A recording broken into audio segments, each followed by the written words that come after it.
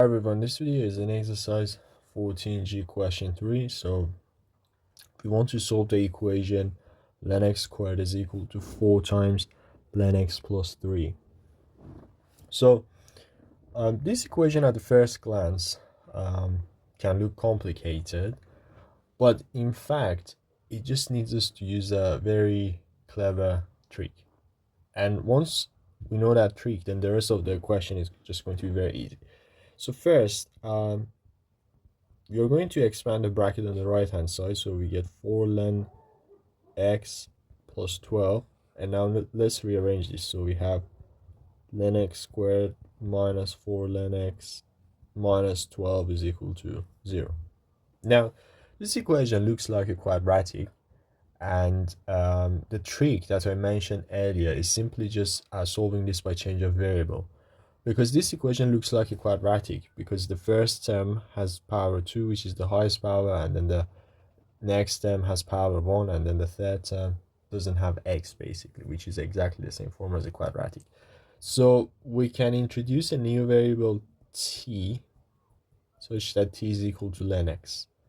Now this allows us to convert this into a quadratic equation, because here this term becomes t squared and the next term is minus 4t minus 12 is equal to 0.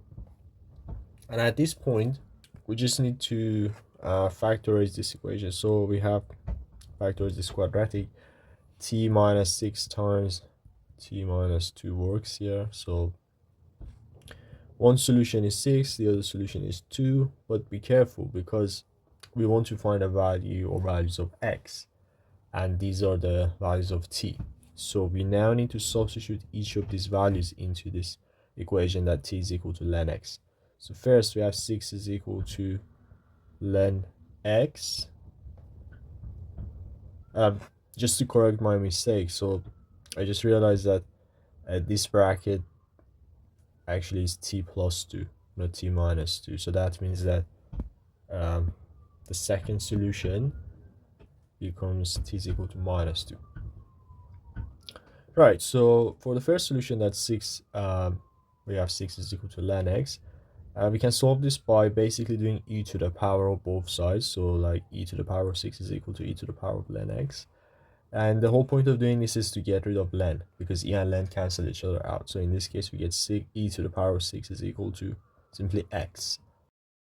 Now for the second solution, so we can write this as ln x is equal to minus 2, and we just repeat the same technique. So e to the power of ln x is equal to e to the power minus 2, which means x is equal to e to the power minus 2, and that's the second solution.